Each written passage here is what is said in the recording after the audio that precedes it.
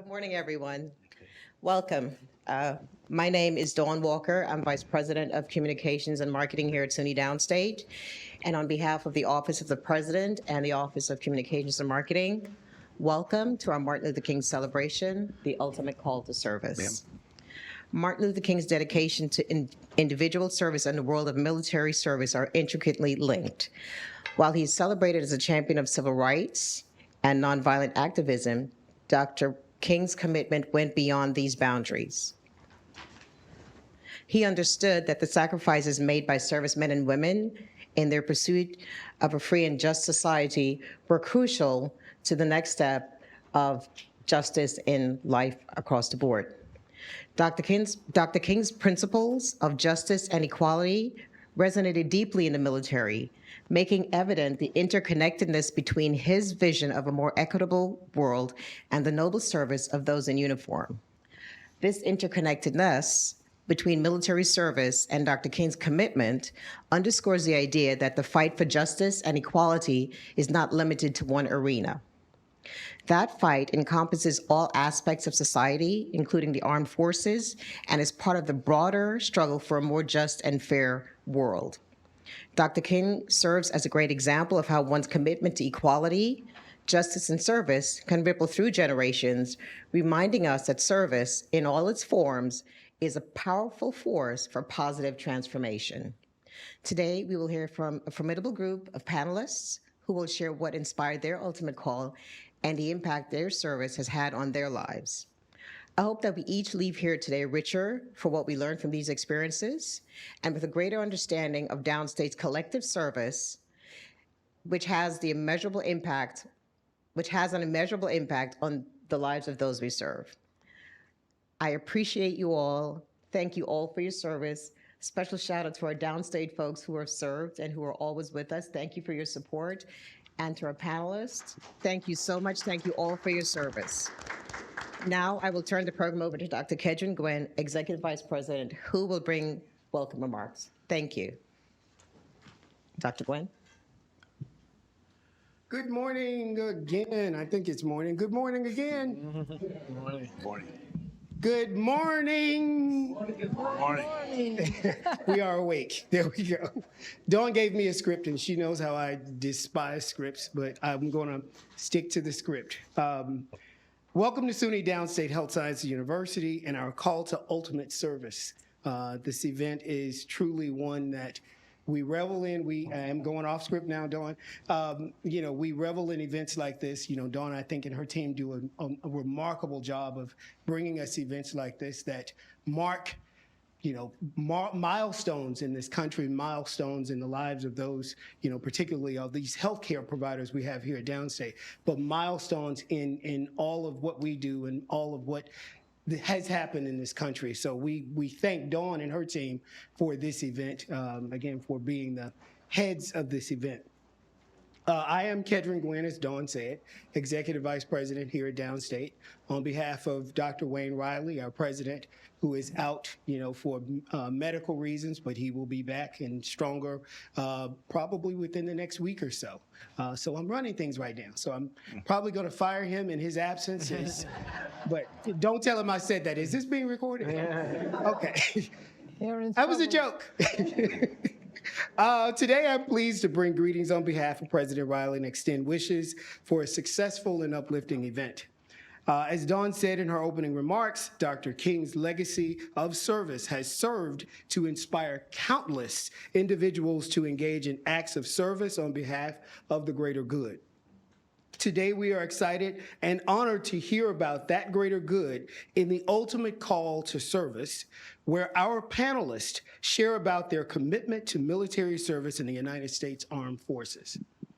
I extend a warm welcome to our panelists, and I will introduce them now. Former New York City Commissioner of the Office of Veterans Affairs, retired U.S. Air Force Colonel Terrence Holliday. Sure. He is. Thank you. Thank you. Thank you. Now, he didn't think I was going to get him back for coming. He came in the office this morning. He said something about his fraternity, and I'm not going to name the fraternity. Let's just say he's not a man of Alpha Phi Alpha, which Dr. King is or was and always will be. So we'll leave that alone. But Gail Sears was a Kappa. Okay. I'll give you your moment. I'll give you your moment. Operations Sergeant Major Brian Jones of the U.S. Army New York City Recruiting Battalion. That's me.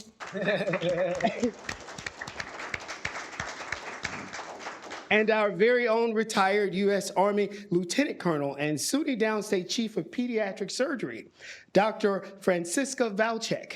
Did I pronounce that correctly? Now, what you should know about Dr. Valchek is last year we handed her a certificate on the stage in the auditorium that read, "For 50 years of service to this institution." Wow. Again, remember what I said, that was last year. This year would mark 51 years. 51 and a half. I apologize. I took the half from her. So 51 and a half years. So thank you again for your service and your service. Thank you. Double duty. Our panel today, I think I skipped over a section. So our panel today will be introduced by retired U.S. Army First Sergeant Duke Narvaez, a 38-year veteran of SUNY Downstate University Police Department, where he currently serves as senior investigator. Thank you for your service and your service. So thank you. Our moderator is retired U.S. Air Force Senior Master Sergeant Patrick Bramwell, currently the Associate Director of Skilled Trades Facility Management and Development here at SUNY Downstate. Let's see. I would also like to extend a special welcome and acknowledge some special guests here today. Captain Kathleen Bates. Captain Bates, thank you for being here. Thank you for your service. Sergeant First Class Gerardo, excuse me. Thank you. Miss Catherine R. Laporte. Chief of Advertising and Public Affairs, U.S. Army New York City Recruiting Battalion. Mr. Liage Sidbury. Education Services Specialist, U.S. Army New York City Recruiting Battalion. And please allow me to the honor of a special welcome to the person with the highest rank in the room, Lieutenant Colonel John Rocky Rhodes. Battalion Commander, U.S. Army New York City Recruiting Battalion, 1st Recruiting Brigade, United States Army Recruiting Command, headquartered in Fort Hamilton, Brooklyn, New York. Thank you for being here. Lieutenant Colonel Rhodes leads one of the largest footprints in the recruiting command with over 1,700 miles and 10 million people. He commands 34 recruiting stations and the U.S. Army recruiting effort, which includes the 5 boroughs of New York City, Long Island's Nassau and Suffolk counties, and Westchester County. I want to thank you for your time today, and more importantly, thank you all for your service. I feel like I'm going to pull some rank here. If all of my military folk, anyone who has ever served, would you please stand at this moment? I think you all deserve a round of applause. So we want to thank you for your service. And see, there are people here who are not in uniform. We didn't know who served. So it's a remarkable thing, but we thank you all for your service. We thank you for your service to Downstate. We thank you for your service to this country. Thank you. You may be seated. At this moment, I will turn it over to retired First Sergeant Duke Narvaez. I think we can sit down. First up. Go ahead. At ease. Yes, please take your seats, panelists. You good? And Okay. when I put this uniform on, it just does something to me. I feel like I'm back speaking to troops. Okay, so let me begin from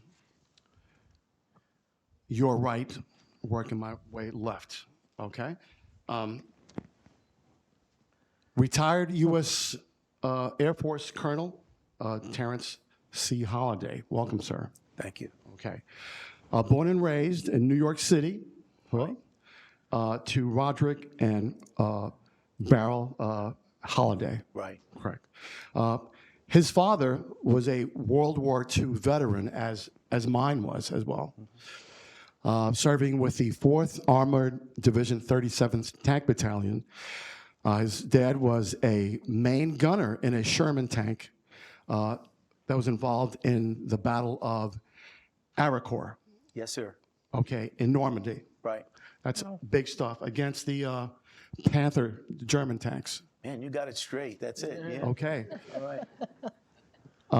Okay, and now Colonel Holiday served in the United States Air Force Reserve for 38 years as a public affairs and personnel officer on wing and headquarters U.S. Air Force levels. Okay. In 2003, 2004, Colonel Holiday served as the strategic communications advisor to both the Secretary of the Air Force, Dr. James Roach, and the Chief of Staff, General John J. Jumper. 2004, 2006, Colonel Holiday served as the official spokesperson for the military commission at Guantanamo Bay, Cuba. In 2008, 2010, Colonel Holiday returned to the U.S. Air Force as the civilian deputy director for public relations for the Secretary of the Air Force, Worldwide Media Office. Yes. Okay. 2010 through 2014, Colonel Holiday is now appointed commissioner by the Mayor's Office of Veterans Affairs by Mayor Michael R. Bloomberg. Commissioner Holiday is the sole proprietor of Colonel Consulting and remains active in regional veteran and community affairs. Commissioner Holiday is a member of the Veterans of Foreign Wars, the American Legion, and a National Service Officer for the Catholic War Veterans. He is a proud member of Kappa Alpha Phi fraternity I'm sorry. and a graduate of St. John's University and New York Institute of Technology. Once again, please welcome Commissioner. Great to have you. Thank you, sir. Thank you. Our very own Dr. Francisca Belchek, Chief of the Division of Pediatric Surgery, received her medical education at the University of Philippines College of Medicine in 1966. She completed a general surgical residency at St. Clair's Hospital Medical Center in New York City, 1971, and a pediatric surgery fellowship at SUNY Downstate Kings County Hospital, Brooklyn. Dr. Velchek was appointed by Dr. Samuel Kuntz, the previous chair, to the Department of Surgery as the first female member of the surgical faculty at Downstate in 1975. She's board certified in general surgery with special certification in pediatric surgery and surgical critical care. I'm trying to stick to the script here, Dawn. Okay. From the rank of assistant professor, she rapidly rose to the rank of full professor in 1991. Dr. Velchek celebrated, as we know, 50 years of service to Downstate in 2023. She served as president of the Society of Philippine Surgeons in America and is currently a member of the Executive Council of the New York Surgical Society. She also served in Operation Desert Storm in 1991, serving at the Walter Reed Army Medical Center as the chief of pediatric surgery, and was subsequently awarded the Distinguished Service Medal from the U.S. Army, together with a Commendation Medal for services rendered. She retired from the U.S. Army Reserve, U.S. Army as a Lieutenant Colonel of the U.S. Army Reserve Medical Corps. Thank you for your service, Dr. Belcher. And certainly, we're delighted here, as always. We have a saying in the Army, NCOs lead the way, And I can tell you that this gentleman to my left, reaching the rank of Sergeant Major, that is huge. That's an E9. It's a top pay grade. So they tell me. So they tell me. Okay. And yes, I'm a little older, a lot older, but he outranks me. So it's a wonderful thing. And certainly listen to this. Sergeant Major Brian Jones was born in Yonkers, New York. Okay. And he enlisted in the United States Army in 2001 as a wheeled vehicle mechanic. His first duty station was Fort Cavazos, Texas, where he deployed with the 1st Cav Division in support of Operation Iraqi Freedom. He later was assigned as a recruiter in the U.S. Army Recruiting Command, U.S. Army New York City Recruiting Battalion in 2007. Sergeant Major Jones also served as station commander on recruiting duty in Chicago, Illinois. Sergeant Major Jones then went on to become an instructor for the U.S. Army Recruiting and Retention College in Fort Knox, Kentucky. Following his previous assignment, Sergeant Major Jones served as a U.S. Army First Sergeant in Valdosta, Georgia. Sergeant Major Jones graduated from the Sergeant Major's Academy just last year in 2023, where he received his Bachelor's of Arts in Leadership. Sergeant Major Jones is currently the Operations Sergeant Major, U.S. Army, New York City, responsible as Lieutenant Colonel Roach for all enlistments for the U.S. Army Recruiting Battalion, headquartered in the U.S. Army Garrison, Fort Hamilton, Brooklyn. Like Lieutenant Colonel Roach, he's also, he covers 1,700 miles, a population of over 10 million, and includes the 5 boroughs, New York City, Westchester, Nassau, and Suffolk counties. Sergeant Jones has received numerous distinguished awards, commendations, and citations while serving in the U.S. Army, rising to his current enlisted rank of Sergeant Major. Sergeant Major Jones is a graduate of Troy University, where he received a Bachelor of Arts in History and a Master's in Adult Education. He also serves as an adjunct professor for the University of Louisville. That took some doing. Thank you so much, and thanks for being here. NCOs lead the way. Last but not least, my colleague at Downstate, we're fortunate to have him here working with facilities. Senior Master Sergeant Patrick A. Bramwell, retired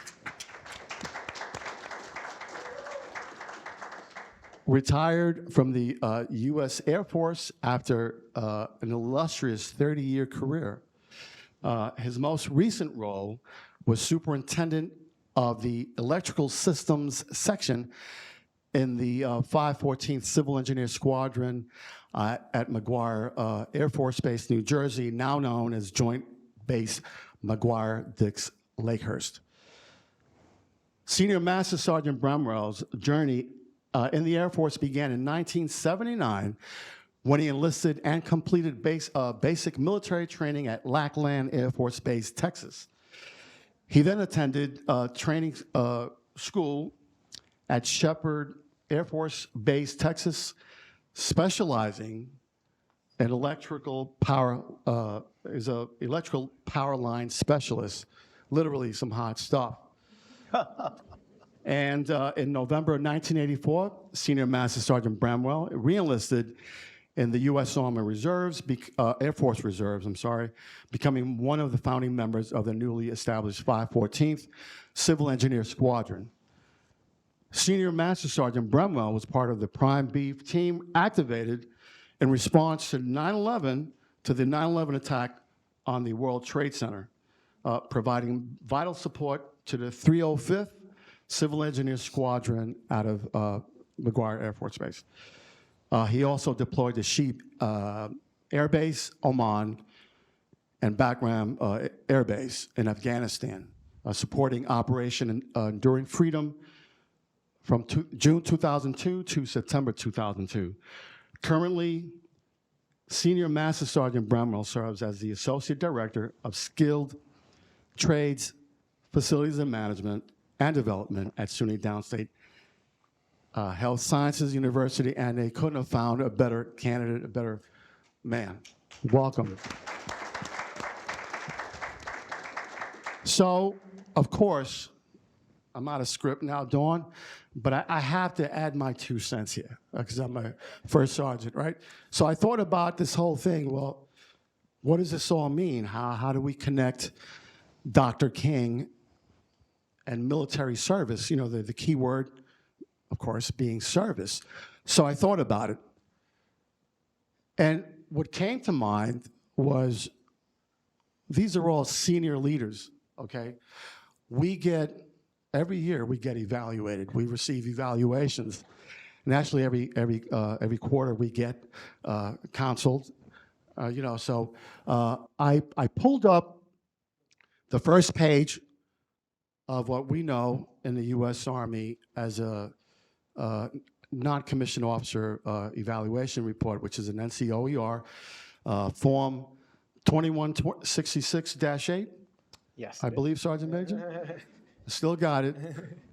And, it dawned on me, right, that before the military grades you, evaluates you on performance, on competency, on equipment, on accountability, before any of that happens, the first thing that they evaluate you on, and it's on the first page after the personal pedigree, name, rank, social, all that stuff. The first thing they rank you on are values.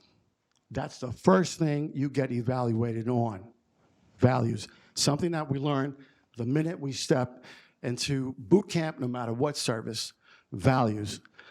Each service has their own, right? We have a Marine here, honor, courage, commitment, a couple of airborne guys, Army, right?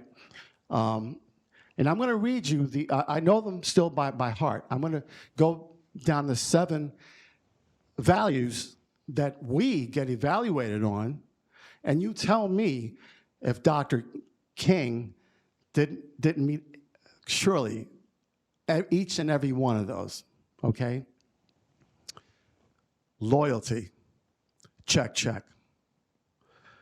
Duty, check, check, absolutely, right? Respect, check, check. Selfless service, check, check, right? Honor, check, check. Integrity, check, check. And last but not least, probably the one that, sadly cost Dr. King his life, personal courage. Personal courage. And that means standing up to do what is right, regardless of the price, right? Now, these are words and onto themselves, but the way the Army rates you, you're not going to get a 70 on integrity or a 90 on personal courage. You either have them or you don't. And when I say have them, you practice them daily, right?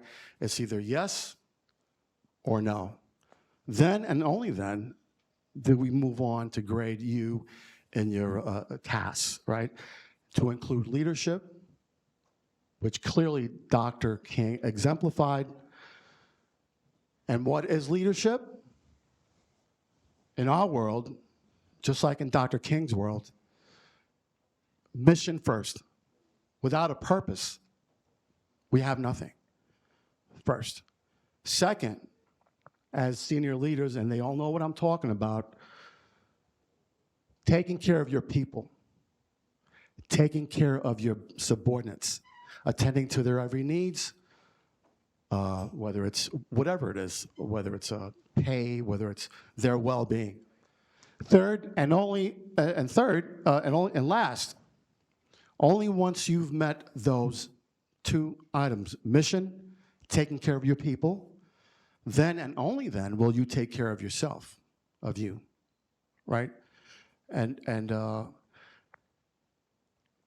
once you get all those pistons running with your values, with your understanding of what leadership is, what does that do? If done correctly, now what you've done is establish a spirit de corps, a team spirit.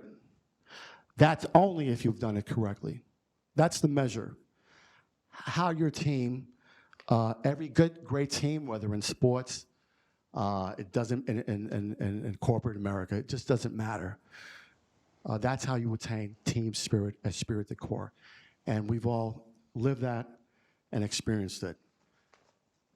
And that's what I have to say about that, to quote Forrest Gump. I want to turn it over to my good friend, colleague, Senior Master Sergeant Patrick Brumwell. Top.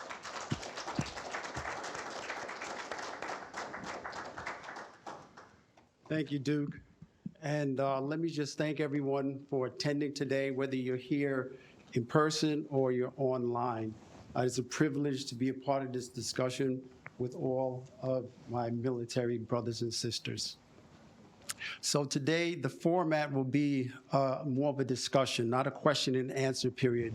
As I ask the question to the panel, it won't be for a specific person. Anyone can answer, all three may answer, so we have a flowing conversation, not question and answer, that's too mechanical, okay? With that being said, we're gonna get started, and I'm gonna start the questioning from Mr. Holloway, to Colonel Holloway, and we'll work our way this way, and we can go back and forth. So the first question to the panel, how do you view the personal sacrifices made by servicemen and servicewomen in the pursuit of service to this nation? We'll start with you, Colonel Howell. I think when I take a look back over a 37, 38-year career, I was away from home a lot. At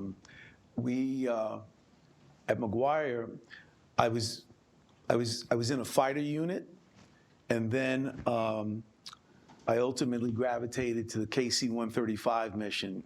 Those of you that don't know, those are the ones that do the air refueling.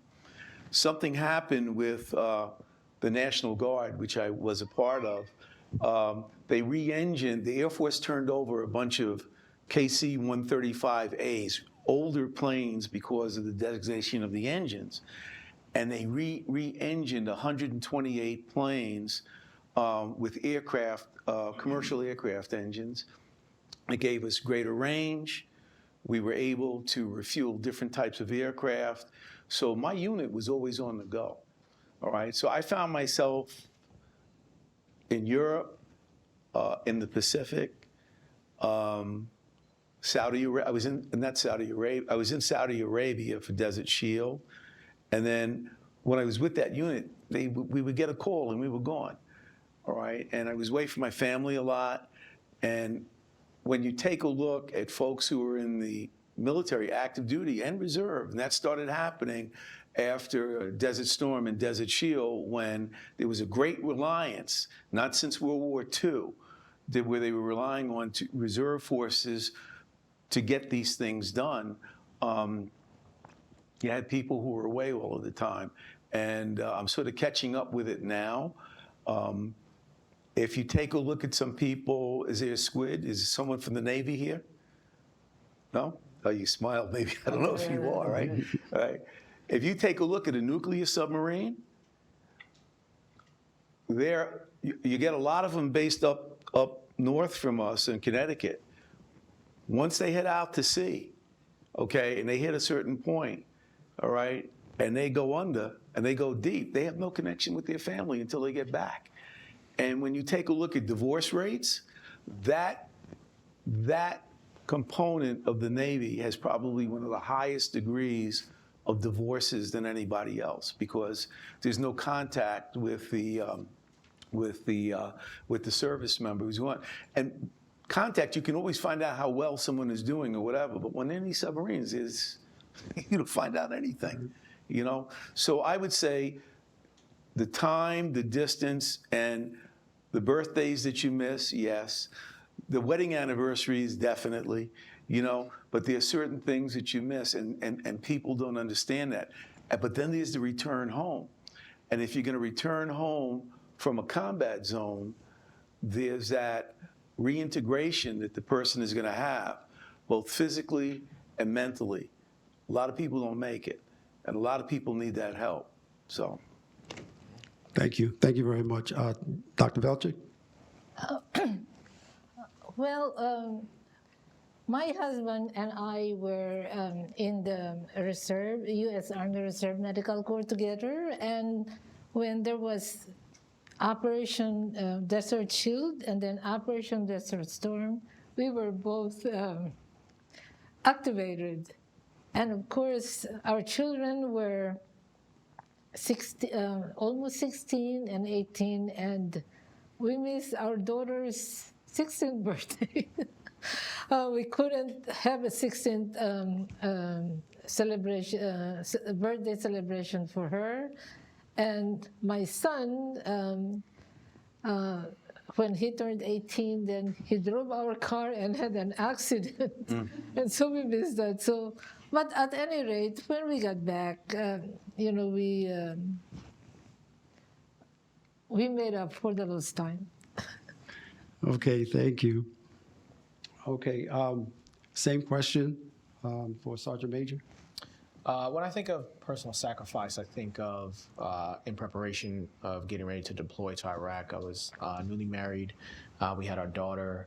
The same thread that Commissioner Holliday and Dr. Velchik had described as how do you make sure your family unit is together before, during, and after.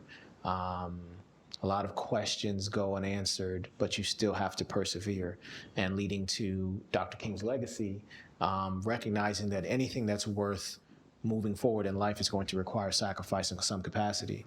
So that belief system and that personal sacrifice as it relates to that legacy is something that I saw at an early age in my military career. I was 20 years old, you know, going over to Iraq, not understanding what was to come.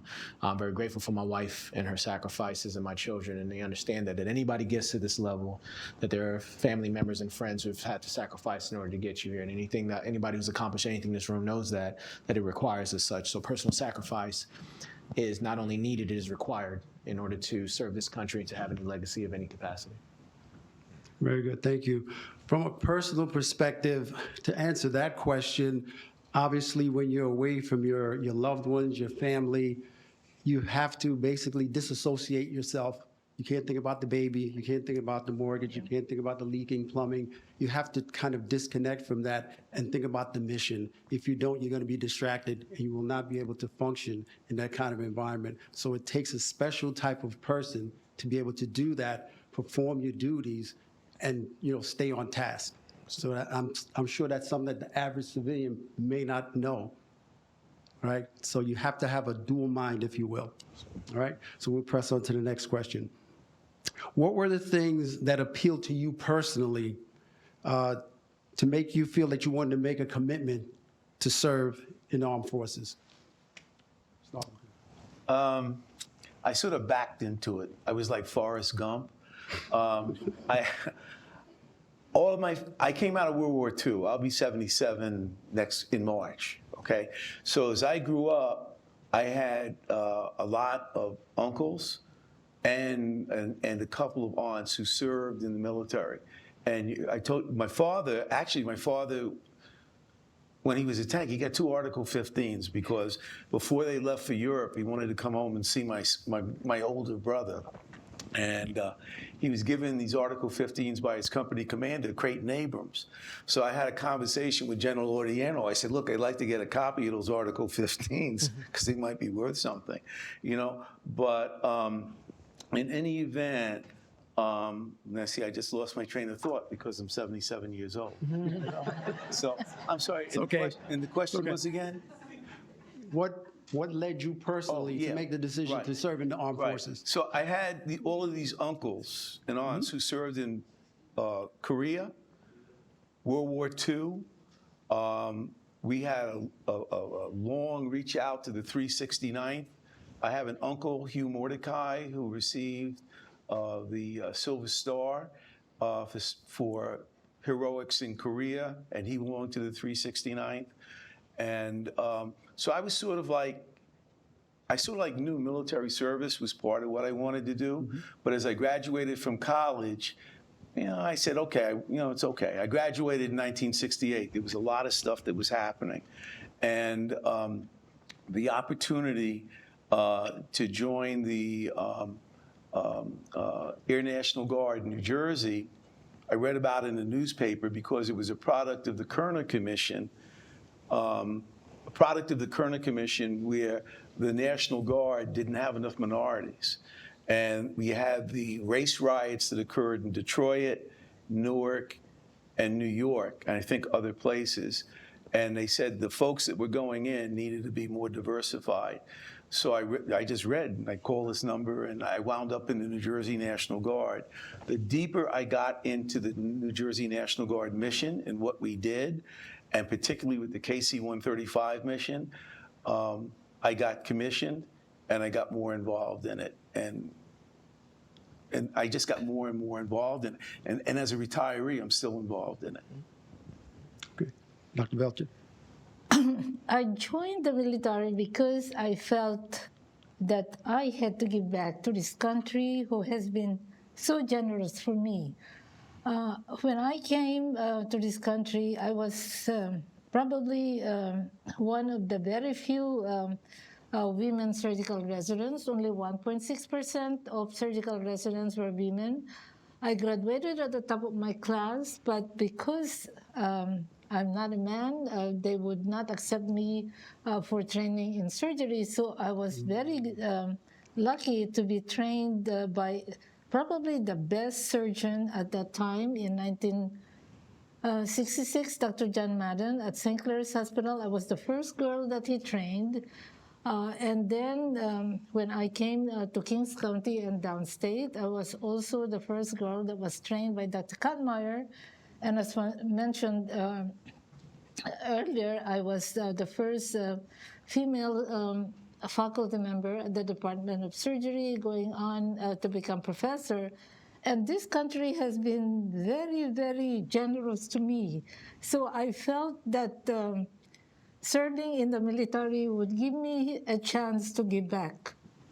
And luckily, my husband, who was also an immigrant, agreed to join also at the same time. So there was no problem. Thank you. Sergeant Major?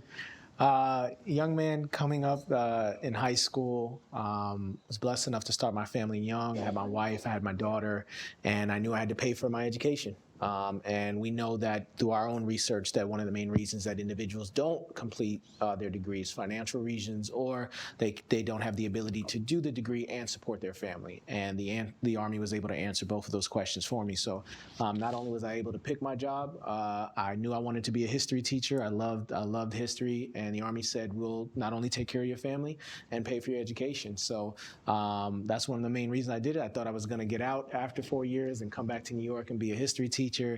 And I saw growth and opportunity. I saw a very diverse organization that did not look at me, but looked at what I could do. And once that was across the board flat on my resume, I said, well, all I have to do is my best and hope out for that. And again, with the support of my family, with the Army, different programs that they offer, I said, this is a really good gig. And I wanted to see the world a little bit, coming up in Westchester County. Sometimes we all think that New York is all there is. And being able to travel and see the world, I was very grateful that the Army offered me that opportunity. So, yeah. Thank you. For myself, personally, very similar to you, I wanted to go into the Air Force to continue my education. As a student, I went to Westinghouse, I'm a Brooklynite. With the Westinghouse, I was very much interested in the electrical field. Like most young kids from the city, I'm a single-parent family. My mom did not have the money to send myself and my two brothers to college. We saw that as an opportunity to learn a trade and to finish our college. And I have an older brother, retired Marine, a younger brother, he served 4 years as a Marine, so I'm from a military family. So the military gave me an opportunity to not only learn a trade, gave me the skills and the tools that I use today as a supervisor and as a manager. The military shaped the way that I manage today. And because of the benefits of the military, I do hold an associate's, a bachelor's, and a master's degree through the military, the GI Bill and things of that nature, okay? So those are the things that I focused on when looking at the military and made me feel that this was the way to go, all right? All right, so we'll move on.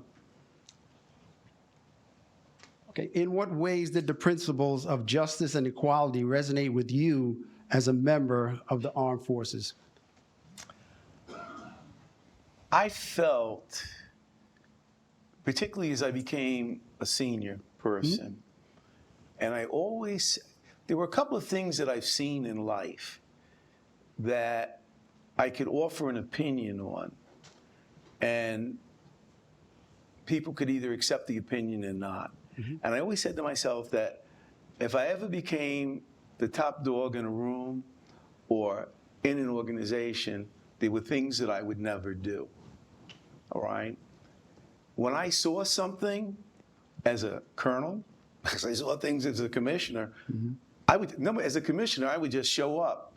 And I did that for a while. Then I got a phone call from City Hall. And they said, you know, you can't go to these places unless they know you're coming. Because I would just show up unannounced. Because my background was in special investigations with an insurance company. So if I hear there's a problem, I would knock on people's doors and say, hey, I'm from New York City. What can I do for you? You know, and they would not pay any attention. And then when I would identify myself as a commissioner, all of a sudden, people wanted to know what was happening. And so I felt that when I was in a position to make a difference, I would always make that difference. If there was something that was wrong, I'd try to correct it. If there was a behavior that I could correct legally, I would do it. If it had to be reported and someone else handled it, I would too. So a lot of it was, and you mentioned it earlier too, and I can go forever. General Fogelman, Ronald Fogelman was the 4-star who helped develop the core values of the Air Force. And they're all pretty much the same, as you mentioned. In the Air Force, it was integrity, excellence in all we do, and service before self. He inherited an organization where you had a lot of careerists, okay? And people would go fill the slots and then they would leave. They would do whatever. And then we found ourselves in a point where we didn't have like a lot of middle management that would grow up and become 4 stars, that type of thing. I took those 3 principles and they're pretty consistent with who I am and what I did. You know, I had a conversation once at the Pentagon, and I was the only person of color in that conversation. It was a coffee club conversation. It had to do with an election, okay? And I don't talk politics. I don't get into politics. I stay away from talking. I'm a political person in that I vote, okay? But they were all male white colonels. I got along with them, but they all had one candidate in mind that they were interested in, and they were taking shots at the other person. I didn't say anything, you know? I didn't say anything. And then finally they turned to me and I said, hey, Hillary Clinton, all right? And I said, you know, she's been a pretty doggone good senator, you know? And if I ever needed her, I call her. Look, I really got to go to a meeting. I'll see you. They never bothered me again, okay? They never bothered me again. And one last thing, it's the same thing. There was a guy that I ran into down at Guantanamo. And this guy, I would call him a redneck. All right? But he was working with us. He was working with us at the Office of Military Committee. Nicest guy in the world. He and I got along like anything. I heard he was in trouble with somebody in the Navy who didn't like him working with us. I happened to bump into this guy who actually was African American. It shocked the hell out of me, you know? So in any event, the guy, he gets me into a conversation, and I just told him, I said, well, Chief so-and-so is a very good person, nice guy, does a good job. I understand there's somebody in your organization who isn't crazy about him. And quite frankly, if the chief needs me, I'm there for him. So please get word back to that person. I was talking to the person, right? Man, word got out on that whole base. And I maintained contact with that chief up until about 10 years ago. And he made Master Chief, too. Yeah, that was me. I'm sorry. Dr. Belchik. Well, I guess in military medicine, I think we are very open to everybody. I never had any, we took care of all kinds of people from the lowest and enlisted men, to the generals and all different races and religions. So I don't think that there is a problem as far as for us in military medicine. Okay. Sergeant Major. I can recall a time when I was pushing myself to get promoted to sergeant, and it would appear that I had a staff sergeant over me who was not very fond of minorities getting promoted. I couldn't quantify it. He just wouldn't allow us to go to the board. And I said, I'm done. I'm not going to work for an organization that allows a man like this to work here. And one of my sergeants pulled me to the side and said, how can you change anything if you leave? Your goal is to get to the rank and learn from some qualities that you dislike in him and change it for the better. And I was definitely prepared to get out of the Army at the time. But one thing you realize is that, like any organization, we strive for excellence, we strive for things, but people come in with their own biases. And our goal is to change them with the values that we have. You run into people that have never seen an African American before when you get to basic training. And when you get in that room, you got a lot of different melting pots. So I'm very grateful that the Army has set the tone, foundationally speaking, with our diverse programs and the values that we hold in order to allow everybody to come into a very safe work environment to help us succeed. So I'm grateful that that sergeant pulled me to the side and said, if you want to do change, if you want to see justice, you have to be able to persevere through these moments and get to the next level to allow justice for others. So that's what I think that legacy sticks into. Go ahead. Just one real quick. I had taught courses at New Jersey Institute of Technology with the ROTC detachment there, and I got along well with the kids and everything else like that. And so they were there, and then when the towers came, I found myself working for the Secretary of the Air Force, Dr. Roach. So. I did some backdoor things when I heard they were coming down to D.C. and set something up where they met the Chief of Staff of the Air Force, and which upset people because they didn't know how these folks would have had access to the 4-star, someone that I saw every day, so he wanted to do it. An article appeared, I don't know where it appeared, but an article appeared where they had indicated that there were ROTC units that was scheduled to be shut down. Okay, and it was signed by the secretary, and he was quoted by, and I was upset because this detachment was one of them. Okay, and so my mentor, who retired as a major general, General Schaefer, he grabbed me and he said, "Doc," he said, you should tell the secretary what's on your mind."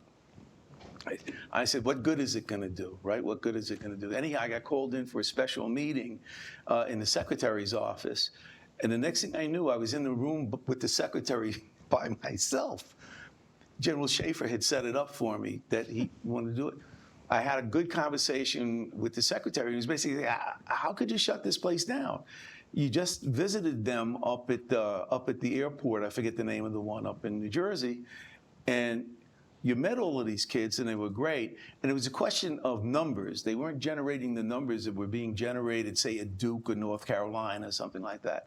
And this was it. And you're looking at a lot of minorities that were there, not just African American. You were looking at inner city kids who were there, right? So, we talked. I said to him, I said, I used to bring the guy pastrami from up here, right? So I said, you still want this to happen, whatever it was. About 2 weeks later, he backed off on that policy, okay? And they revisited like a lot of the Howard University was on that list. Okay, and they're still they're still going through ROTC programs. And I didn't realize that that's exactly what I did. But I found out later it was because of that conversation I had with the secretary.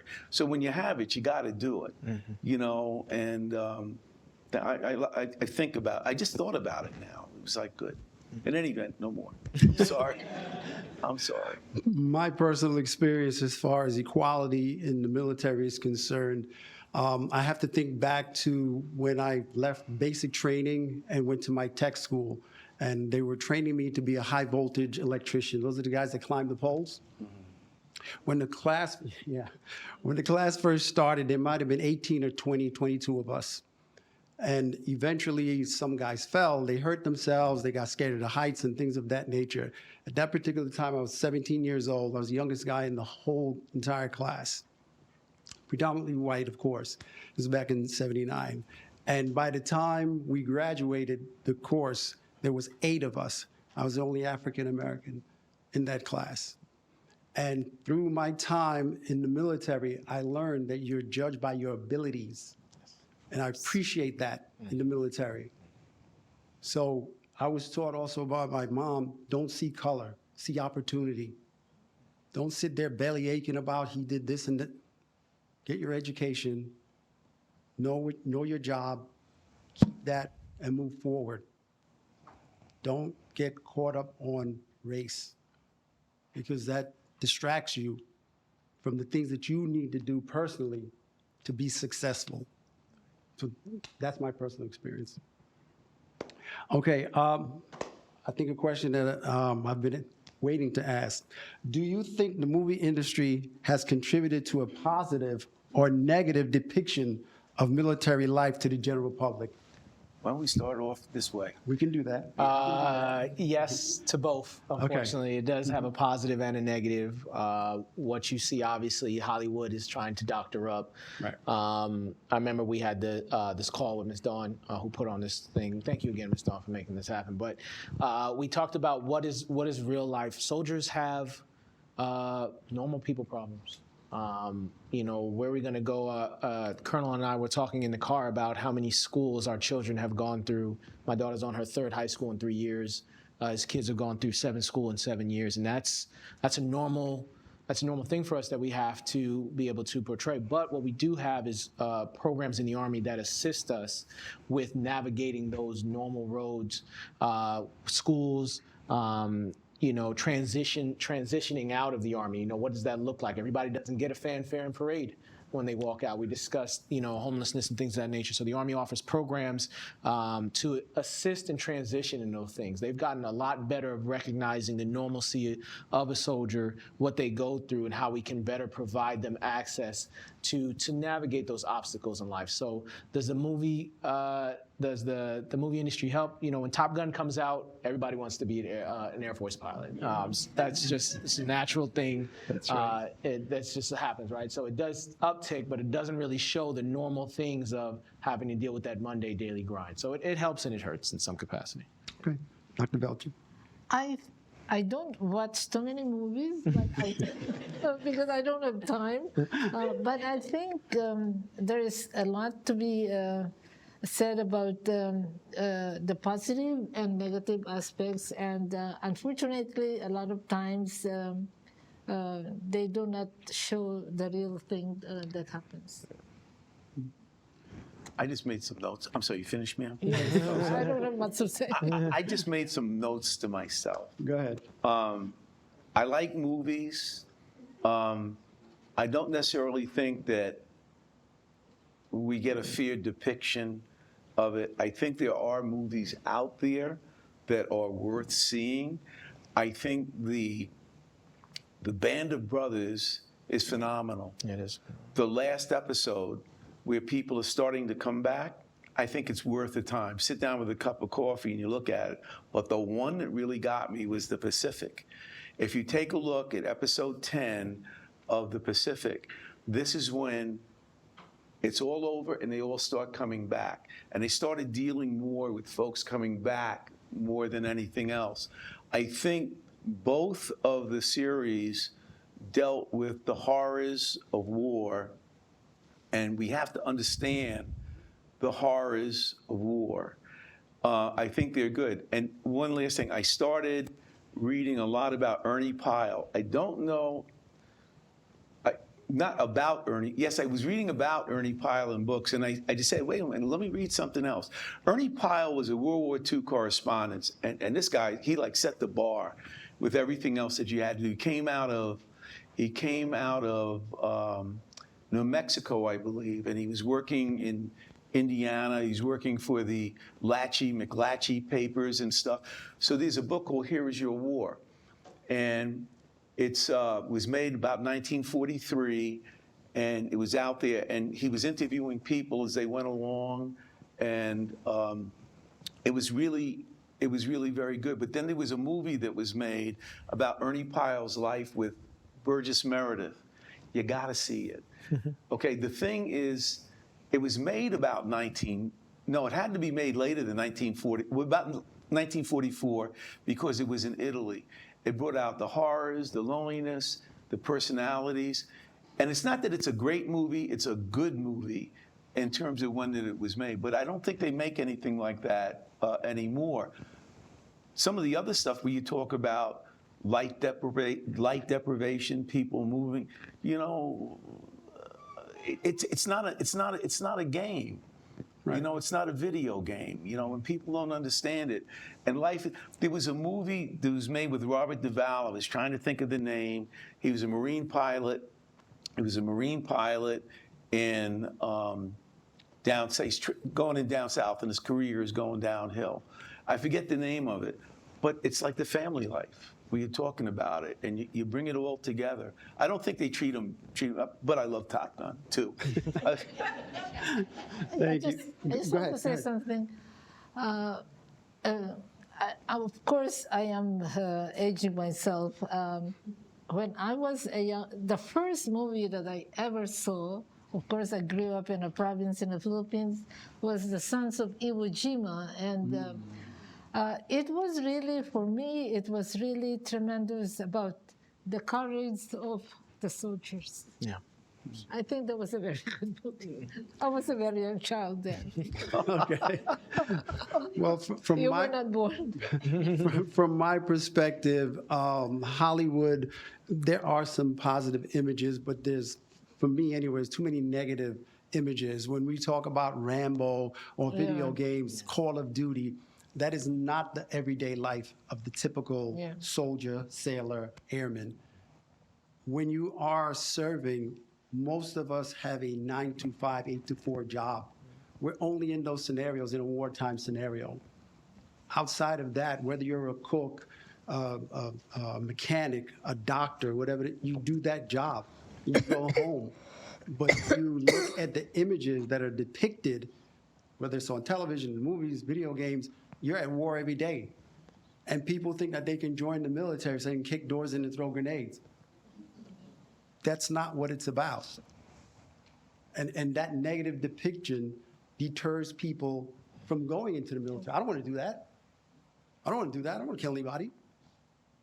But that's a subsection of what military life is actually about.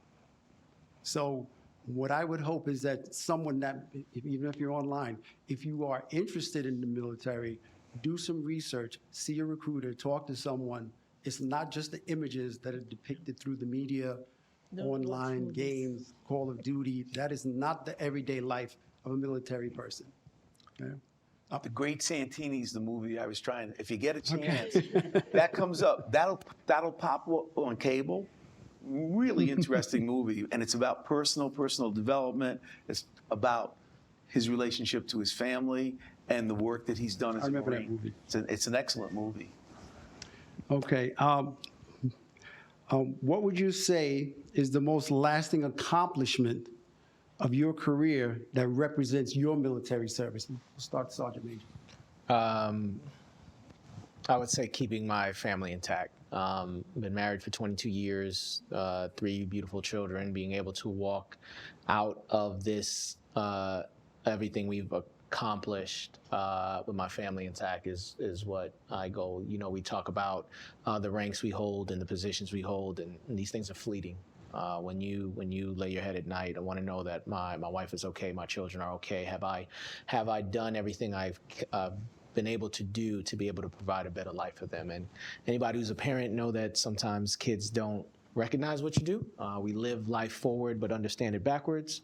But the hope and goal is that when I lay my head down finally, I would have made a better life for my family and others around me. That's my Okay. Dr. Velchik. I think I would say that my experience in Operation Desert Storm at the Walter Reed Army Medical Center was really a great experience for me. I worked with my husband and a lot of the reservists from this area that were mobilized together. We all worked together in the operating room and in the hospital, and it was such a great experience because we took care. Of course, I acted as the chief of pediatric surgery, but at the same time, I was also working as a general surgeon, and we took care of members of the military and their families from all over, as far as West Point and down south, and we met many other reservists that came to active duty, and it was such a great experience for me, and able to teach the residents that were there too, and who now are directors of pediatric surgical programs all around the country. It was a tremendous experience, and of course, Walter Reed was not so far from New York, so we were able to come back home and once in a while be with our families. That was a great experience. Okay. I lost a fraternity brother recently, and this past weekend during his ceremonies, and I realized that while I feel satisfied about things that I've done, both in the service, okay, when I had an opportunity, there was more I should have done. And what it will do, I hope, is to propel me, even in these sunset years of my life, to try to do more. And I'm still filtering through that now. I feel good about what I did, but I needed to, I know now I need, whether it's getting somebody a job, whether it's helping somebody else out, I need to do more. You know, that's it. Okay. For myself personally, I was a member of a civil engineering unit, and within that unit, there's electricians, plumbers, masons, all of the skilled trades.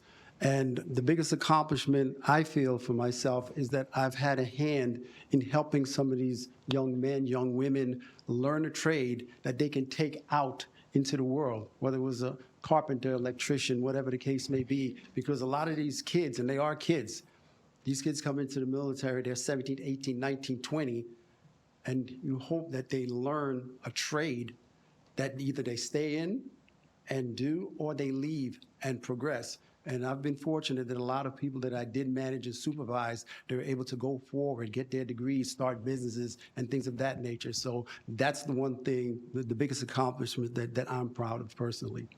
Right now, I want to open the floor up to anyone. Do we have time for that? We do? So if anyone here has any questions for the panel, myself, this would be that time. I actually have one. Okay. Going back to Top Gun.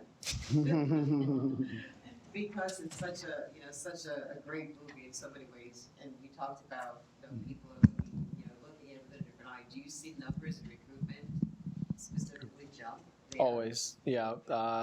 During those movies, media is such a major facet in American and Western culture. So when those things happen, when a movie comes out like that, kids tend to come in, I want to be a pilot. I'll say, okay. And then we try to start. And one thing that we do as recruiters is we build a life plan with you, whether that's on the enlistment side with me and Colonel Rhodes and our team, or with Captain Bates and her medical team. We take those dreams. Like, I aspire to be a doctor. I aspire to be a lawyer. Say, that's great. And we'll take you at your starting point. And then we start to build a plan with you and say, here's the realistic numbers with that. This is how we can provide you those things. So even when those individuals come in with these lofty goals of what they aspire to be, we try to ground you in some things, give you a life plan, see if we can, provide that bridge. The Army is a bridge from where you are to where you want to go. That's all we offer. So we'll take you in with your dream. You want to be an astronaut? Come on in. We'll see if we can help you with that. May not be able to make it happen, but we'll definitely set you on the right path. You have Space Command. There is, there's some Space Command. The likelihood of you being an astronaut is very slim, but we can definitely try to navigate you to as close as possible. One thing the Army does is when somebody comes in with these aspirations is we try to explain to you what the real world is. These young kids, they come in, I'm going to do X, Y. That's great. But this is what reality looks like as it relates to affording to be able to pay for that type of education. The job opportunities, one thing the Army does is, we train you and provide you a job in the same instance. So we just try to assist you to getting to that point, whether it's the Space Force, Air Force, or Navy, Marine Corps. One question from me, Colonel Rhodes, being that this is a health sciences university, could you speak about some of the programs as it relates to the medical field? Okay, that's fine. Either or. Yeah, and so that's what we have 2 AEMET recruiters. That's Okay. specifically what they do. But holistically, I think that Sergeant Major Jones is the point, which is that nowhere else takes you and your dream and offers to provide you a pathway to success. A pathway to success, but also promises to be with you on your entire life journey. So what does that mean? It means that we train you as you were trained and as I was trained in your job. We educate you, so we'll educate you. And then when the time comes to move on, we have the VA, we have the benefits, but right now the Army does 6-month paid internships, meaning wherever you decide to work, we are going to continue to pay you for 6 months while you transition. 80% of those internships lead to job offers. So specifically in the medical field, I'll pass the microphone here because you want to hear it firsthand, but it's the same thing. It's when you decide that you want to be in the medical field, we will give you a scholarship in the path, whether it be to an Army medic or to become an Army nurse like yourself. So we can help you on the start of that journey. We can pick you up midway through that journey. So what does that mean? It means when you get into medical school or nursing school and you find the bills because it's one thing to afford school, it's another thing to afford your life, or heaven forbid you're not a young person and you have a family. Well, we can support the family, pay for the bills, and then provide you employment on the backside.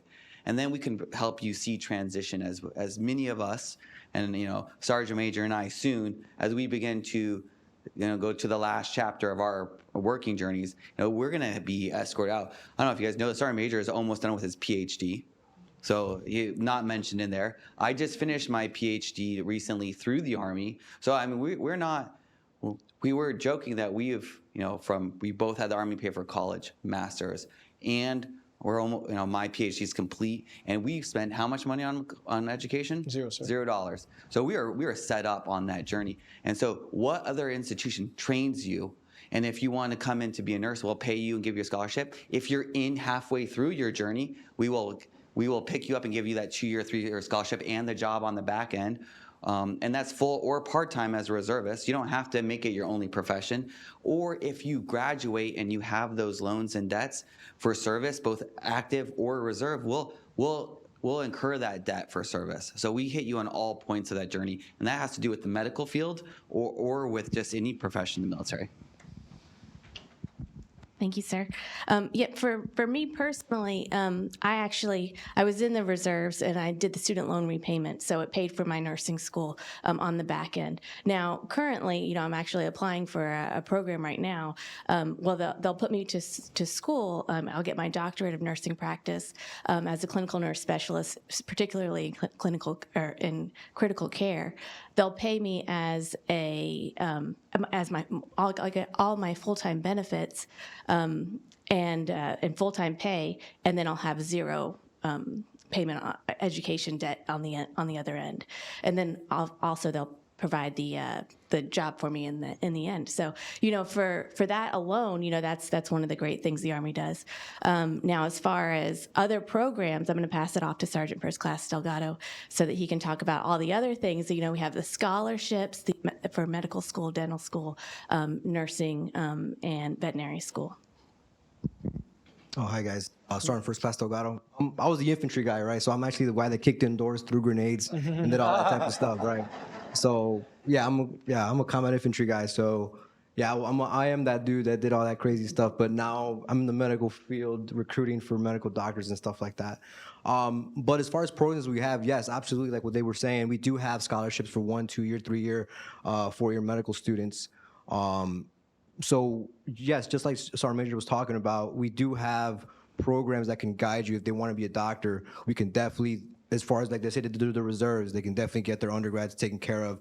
Then hey, you know what? Now I got accepted into med school. We can definitely take them in from there. We'll pull them from the reserves, get their full ride to medical school, and then after that, we still have FAT programs and stuff like that to get them through residency and stuff like that as well. If they went through the reserves, we have a strap program that would get them like within to get them, because as a resident, I know that doctors don't get paid too much during residency. They're making like $40,000 to $50,000, $60,000 a year. Where there are residents in the Army, they're making about $90,000 to $120,000 a year because they're getting captain pay right off the bat when they graduate med school, right? So that off the bat, that's what sets us aside from other institutions and stuff like that. And then not only that, but then the match rate, right? When the civilian side, when doctors match into their specialties, I believe the civilian side is from 75 to about 85% match rates or stuff like that. Where in the Army, we're about 95 to 97% match rate. So if you ever would depending on the specialty that you wanted to be, because a lot of people don't know that doctors can choose exactly what specialty they want to do. Like they'll have a wish list, and hopefully when on match day, they get what they want to do, right? And hopefully that's what it is. But with the Army, we can definitely almost guarantee that for them. That's one of the programs through the MedCorps program that we have. We have for MS, as far as social workers, we have full rides for their master's degrees through the Army. We have a physical therapy for a doctor of physical therapy programs through the Baylor program to Baylor University. We have CPIP, our internship for psychology programs. We have IPAP to take care of the physician assistance program as well. So whatever medical thing you're trying to do, the Army does either have a full ride for whatever it is you're trying to do, or we can get you into, once you get into a program, we can definitely assist you in whatever type of capacity you would like to serve for sure. So. We have a question from online.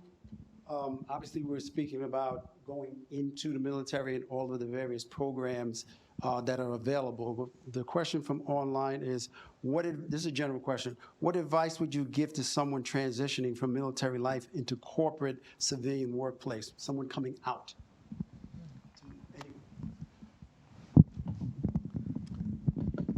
I would say you want to start trying to get into that about 2 years out. 2 years ago. 2 years out, you look for internships. There are internships that you can get. I think they're paid internships where you can actually go out and get some. The company's got to feel good with you, okay? And the company's got to feel good with you about the job and about whom they are looking at to bring in, okay? And I think it's really great that you start. You can't come to an interview like you're Rambo, okay? Good point. You can't. You're going to get a pleasant interview. I don't know that you're going to get a call back. Okay? So you got to begin to sort of make that, you got to drop that distance as you come in, and you have to be prepared. Don't think that just, well, another thing I would tell you to do is, depending upon the area of the country that you're in, you should reach out to the veteran service organizations that they have. In New York City, it's the Department of Veteran Services. Find out what do they have, okay? And you go in, and then there are other groups like the, what is it, on Wall Street? Warriors on Wall Street? Yeah, I forget the name, but they're like these other, they have these things, you know, that they need. And I think we're sort of like in a little bit of a hiring mode now. It's a little bit friendlier for you as you come out to do it. The other thing is, I would also say with your security clearance, make certain you carry it with you for as long as you can, because that's a selling point. Yes. The other thing is, like any job, don't quit your job until you got something lined up, okay? And also understand that while you're on active duty, you got benefits. They're going to be hard to replace, okay? And if you come into a place like New York City, you got to figure out a way to pay your rent, pay your bills, okay, and the other things as well too. But the thing is planning. What is it? Proper planning. Proper planning. Poor performance. Yeah, proper planning won't get you poor performance. Right. So I think you have to get into that about 2 years out and be serious about the type of job that you're interested in. Be serious about the type of job that you're interested in. Make certain you got all your ducks in a row. And don't forget looking at some of the big companies by themselves rather than a headhunter. Con Edison is a great place to start. Look for some of these large companies that are doing well, okay, the industries that are doing well, and send your resumes out and just keep following up on it. And that's what I would say. One piece of advice that I would give to someone transitioning from active duty, depending upon how many years you've already put in. If you put in 10, 15, maybe you're done with it. If you put in less than 10, I would think about getting into the reserves. And that way you can continue your military career and get a full pension towards the end. I did 5 years, I got out, and an older gentleman that had served before, he came to me and he said, hey, I heard you just got out. I said, yeah, you know, I did 5 years, I'm done with that. He said, you might want to think about getting into the reserves. I said, why? And he explained to me, continue your service towards a full retirement, which I did, and I wound up serving 25 years in the reserves, and I have a full retirement. So that's something that you might want to consider if you are interested.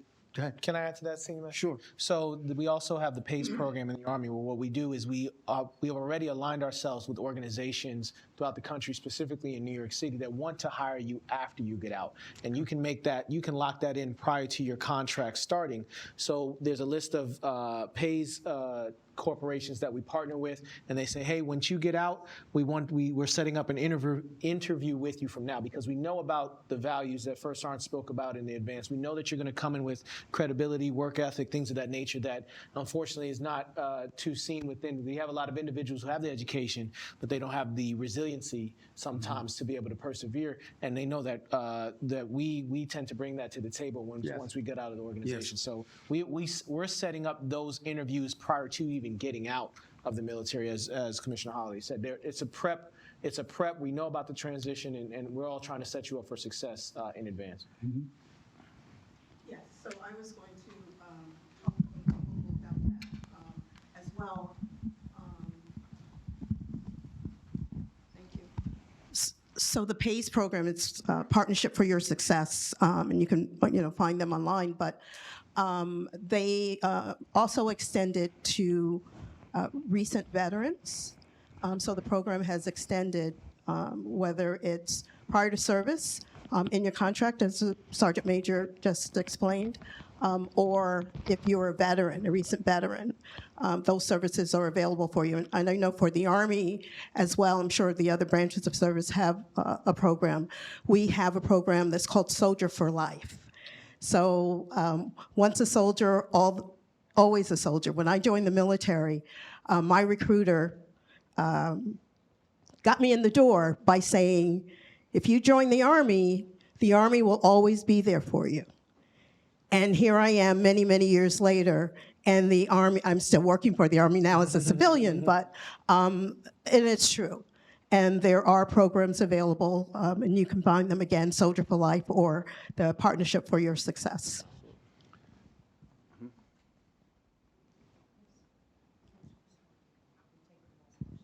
I'm sorry.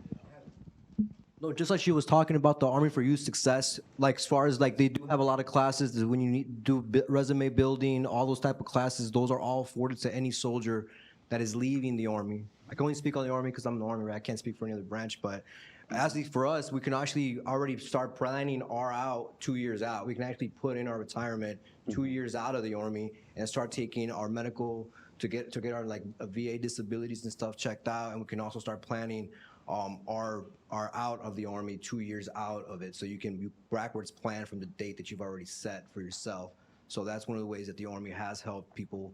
You know, we've gotten better since, you know, past years and stuff before, so for sure we definitely are making progress on that front.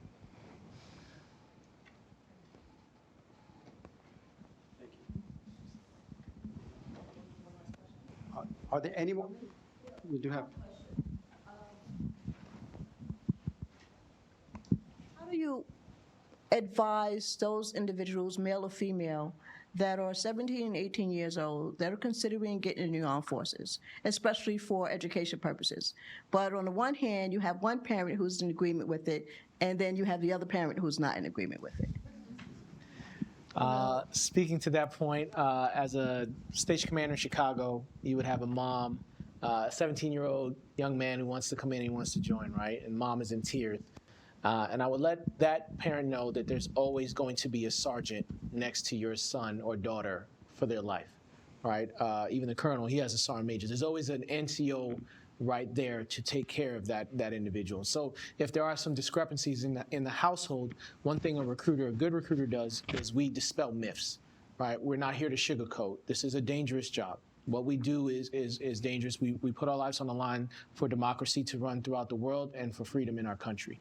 Another thing we do is we try to clear up any misgivings as far as what your child is going to have on the outside, right? Parents want to know, how is this going to benefit my child in the long run? And that goes to the programs that the Colonel and Sergeant Delgado spoke about. We're going to prepare your child for the future. We're going to train them and give them a job and education. And one thing also we do is we instill those lasting values within their child.